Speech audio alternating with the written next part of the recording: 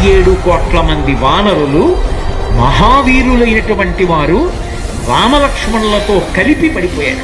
ఒక్క వానరుడు యుద్ధభూమిలో లేచి తిరుగుతున్నవాడు లేడు. ఇంద్రజిత్ శక్తి తెలుసు కాబట్టి విభీషణుడు వెళ్ళిపోయాడు, దొరకలేదు. స్వామి హనుమ ఏ అస్త్రము చేత బంధింపబడరు కాబట్టి హనుమ ఒక్కరే ఉన్నారు. అందరిలో పెద్దవాడు, బ్రహ్మ యొక్క అంశలో వచ్చినవాడు జాంబవంతుడు నేల మీద పడిపోయి ఉన్నాడు. విభీషణుడు కాగడా పట్టుకుని అడిగాడు, తాతా కుశలమేనా అని అడిగాడు. వానరులలో శ్రేష్ఠుడైన హనుమ బ్రతికి ఉన్నారా అని అడిగాడు జాంబవంతుడు. విభీషణుడు అన్నాడు, తాత నువ్వు అడగవలసినది రామలక్ష్మణులు కుశలముగా ఉన్నారా అని అడగాలి. హనుమ కుశలముగా ఉన్నారా అని అడిగారేం తాత అని అడిగారు. మొత్తం వానరులు రామలక్ష్మణులతో కలిసి పడిపోయినా కూడా నష్టం లేదు. హనుమ ఒక్కరు బ్రతికి ఉంటే మళ్ళీ అందరూ బ్రతుకుతారు.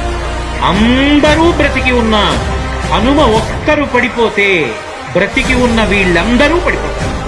అందుకే నేను హనుమ బ్రతికి ఉన్నారా అని అడుగుతున్నాను. వంగి జాంబవంతుడి పాదములు పట్టుకుని తాతా హనుమ నీ కుశలం అడుగుతున్నాడు, నమస్కరించుతున్నాడు అన్నాడు.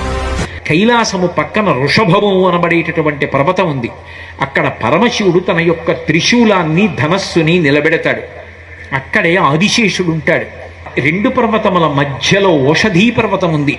ఆ ఓషధీ పర్వతంలో 4 ఓషధులు ఉన్నాయి.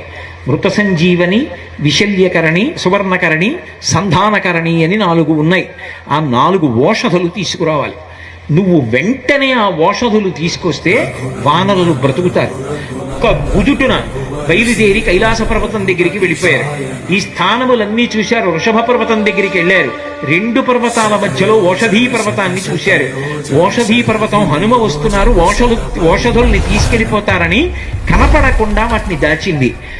నా స్వామి అయినటువంటి రామచంద్రమూర్తి కార్యానికి పనికి రాకుండా ఓషధుల్ని దాస్తావానని ఆ సంజీవని పర్వతాన్నంతటినీ పెళ్లగించి చేత్తో పట్టుకుని ఆకాశ మార్గంలో కించిత్ శ్రమ పడకుండా కాంచనలంక ఉన్నటువంటి దక్షిణ తీరానికి చేరి యుద్ధభూమిలో దింపారు.